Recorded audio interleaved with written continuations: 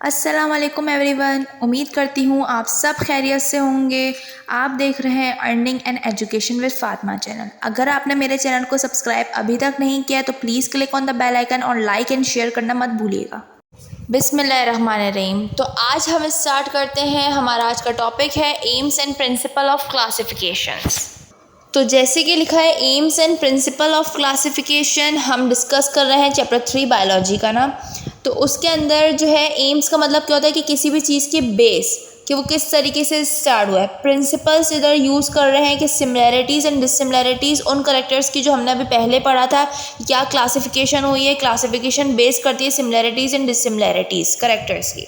इसके अंदर 3-4 टर्म्स हैं। तो सबसे पहले जो टर्म है वो है मॉर्फोलॉजी। मॉर्फोलॉजी का मतलब क्या होता है, एक्सटर्नल फीचर्स। किसी के भी बाहर से जो हमें फीचर्स नज़र आ रहा है उसको मॉर्फोलॉजी कहते हैं। एग्जाम्पल हम एक ह्यूमन लेते हैं। ह्यूमन का हमें बाहर से स्किन नज़र आ रही है, स्केलेटन नज़र आ रहा है, उसका थॉरेक्स नज़र आ रहा है, एब्डोमेन, टीथ, इस तरीके से जो चीज़ें हैं ये इसकी मॉर्फोलॉजी है, इसके एक्सटर्नल फीचर्स हैं। सेकेंड टर्म में हमारी है होमोलोगस। होमोलोगस का मतलब क्या होता है कि बाहर का जो इस स्ट्रक्चर है वो डिफरेंट होता है और इसका फंक्शन भी डिफरेंट होता है, बट इसका इंटरनल स्ट्रक्चर जो होता है वो सेम होता है। इसकी एग्जांपल हम आगे डिस्कस करेंगे। नेक्स्ट एक और टर्म है एनालॉगस। ये दोनों क्लासिफाई हुए हैं मॉर्फोलॉजी के बेसिस पे। तो एक एनालॉगस टर्म है, इसका मतलब क्या होता है कि फंक्शनली जो है सेम होता है और डिफरेंट इसका स्ट्रक्चर होता है। एनालॉगस और होमोलोगस का बस जस्ट 2 डिफरेंसेस यही है कि वो होमोलोगस फंक्शनली डिफरेंट होता है और एनालॉगस फंक्शनली सेम होता है। और होमोलोगस इंटरनल स्ट्रक्चर उसका सेम होता है और एनालॉगस का आउटर स्ट्रक्चर जो है वो डिफरेंट होता है इंटरनली। अब देन एग्जांपल्स पे आते हैं। एनालॉगस की एग्जांपल हमने इधर देखी, दिया हुआ डायग्राम में बटरफ्लाई के विंग्स एंड बैट्स के विंग्स। तो इनका हमने देखा कि इनका जो स्ट्रक्चर है वो डिफरेंट है, लेकिन इनका फंक्शन जो विंग का है वो सेम है। उड़ने के तौर पे ही ये लोग इस्तेमाल कर रहे हैं। नेक्स्ट एग्जांपल है होमोलोगस की। होमोलोगस में हमें एग्जांपल दी हुई है बैट विंग्स, वेव के फ्लिपर्स, ह्यूमन का हैंड। इनके सारे बोन्स, इनके सारे विंग्स, ये सारी चीज़ें हैं इंटरनली जो है इसका स्ट्रक्चर इनके बोन्स का सेम है, जबकि इनका फंक्शन जो है वो सब डिफरेंट है। बैट के विंग्स जो है वो फ्लाई करने के लिए यूज़ होते हैं। वेव्स जो होती हैं, वेव्स उनके फ्लिपर्स होते हैं स्विम करने के लिए, मारने के लिए, पानी को पुश आउट करने के लिए। ह्यूमन के हैंड्स के अंदर जो स्ट्रक्चर है, बोन्स, इन सब का जो है वो फंक्शन जो होता है होमोलोगस के लिए वो डिफरेंट होता है और जबकि स्ट्रक्चर उनका सेम होता है। Sometimes it is difficult to classify the organism on the basis of morphology. मतलब मुश्किल होता है कुछ टाइम ऐसा भी कि कुछ ऑर्गेनिज्म ऐसे होते हैं जो मॉर्फोलॉजी की बेस पे डिवाइड नहीं होते, हम क्लासीफाई नहीं कर सकते।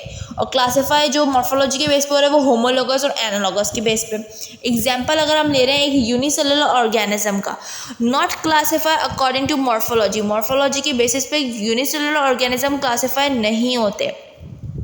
देन फर्दर और इसके अंदर टर्म्स इस्तेमाल हुए हैं। पहला है जो डिवाइड हो रहा है, क्लासीफाई हो रहा है मॉर्फोलॉजी के बेस पे जो है, या तो वो है पहला साइटोलॉजी। साइटोलॉजी के अंदर है सेल स्टडी करते हैं हम किसी भी एनिमल्स या प्लांट्स के सेल को, जो उसके अंदर इंटरनल स्ट्रक्चर है सेल का वो हम साइटोलॉजी के अंदर डिफरेंट करते हैं, स्टडी करते हैं। एग्जाम्पल हम लेते हैं प्लांट्स एंड एनिमल्स के सेल की। तो उसके अंदर प्लांट्स के अंदर सेल वॉल मौजूद होता है, जबकि एनिमल्स में सेल वॉल नहीं होता। प्लांट्स के अंदर कोई लाइसोसोम्स नहीं होते, एनिमल्स में लाइसोसोम प्रेजेंट होते हैं। प्लांट्स में कोई भी सेंट्रियोल्स नहीं होते, एनिमल्स में सेंट्रियोल्स होते हैं। ये तमाम जो है ये ऑर्गेनेलीज हैं जो प्रेजेंट है हमारे सेल के अंदर, और इसकी स्टडी को साइटोलॉजी कहते हैं। ये भी एक मॉर्फोलॉजी के बेस पे क्लासिफिकेशन है। एक एग्जाम्पल हम इसका देखते हैं, bacteria classify on the cell basis, मतलब उसकी सेल थ्योरी की बेसिस पे वो जो सेल का स्ट्रक्चर है उसकी बेस पे वो क्लासीफाई होता है और वो साइटोलॉजी की फील्ड है। बैक्टीरिया की जो है वो कुछ शेप्स हैं, उनको सेल के मुताबिक डिवाइड किया जाता है। एक कॉक्साई होता है जिसको सर्कुलर शेप कहते हैं, रॉड शेप जो होता है वो बेसिलाई होता है, देन विब्रियो होता है, spring shape and comma shapes होते हैं। तो ये सारे शेप्स बेसिस है डिवाइड हो रही है सेल के इस पे। नेक्स्ट जो है हमारा टॉप फील्ड वो है जेनेटिक्स। इसमें क्या होता है, हम स्टडी करते हैं डीएनए को। डीएनए खुद एक मॉलिक्यूल्स है और वो छोटे छोटे मॉलिक्यूल्स से मिलके बना है जिनको न्यूक्लियोटाइड्स कहते हैं। एग्जाम्पल जेनेटिक्स की है फंगस, अगर हम देखें जो प्लांट्स और एनिमल्स दोनों से मिलके करेक्टर्स उसके पास आए हैं। अच्छा, अगर एक न्यूक्लियोटाइड का स्ट्रक्चर देखें तो उसमें 3 चीज़ें प्रेजेंट होती है। एक 5 कार्बन वाली चेन होती है जिसको कार्बोहाइड्रेट कहते हैं। कार्बन नंबर 1 वाली जो चेन होती है उस पर नाइट्रोजनस बेस लगा हुआ होता है। कार्बन 5 पे फॉस्फेट ग्रुप लगा हुआ होता है। ये 3 चीज़ें बहुत इंपॉर्टेंट है। न्यूक्लियोटाइड इन 3 चीज़ों से मिलके बनता है और न्यूक्लियोटाइड जो है वो बेसिकली एक सीक्वेंस है डीएनए के लिए। और डीएनए खुद एक रेसिपी है जो बताता है कि मेरे पास मुझे ये चीज़ों की नीड है, देन मैं आपको वो सम अप करके दूंगा। जो भी चीज़ ये ऑर्गेनिज्म की बनी है उसकी इंफॉर्मेशन दरअसल डीएनए के पास ही होती है। नेक्स्ट हमारा जो है टॉपिक का डेवलपमेंट पैटर्न इन एनिमल्स का।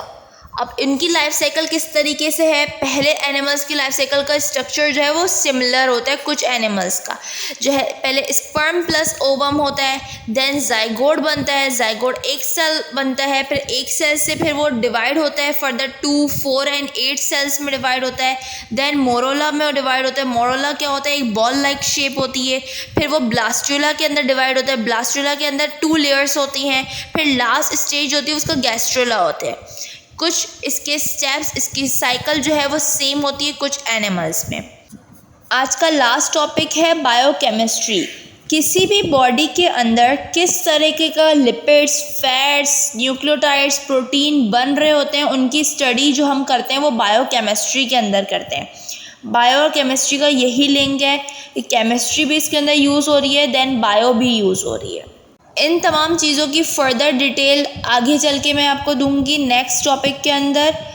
तब तक के लिए अल्लाह हाफ़िज़, अपना सब ख्याल रखिएगा और दुआओं में ज़रूर याद रखिएगा। अगर आपको मेरी वीडियो पसंद आई हो तो please click on the subscribe button and don't forget to click the bell icon. Like, follow and share ज़रूर करिए करें। अल्लाह हाफ़िज़ एवरीवन।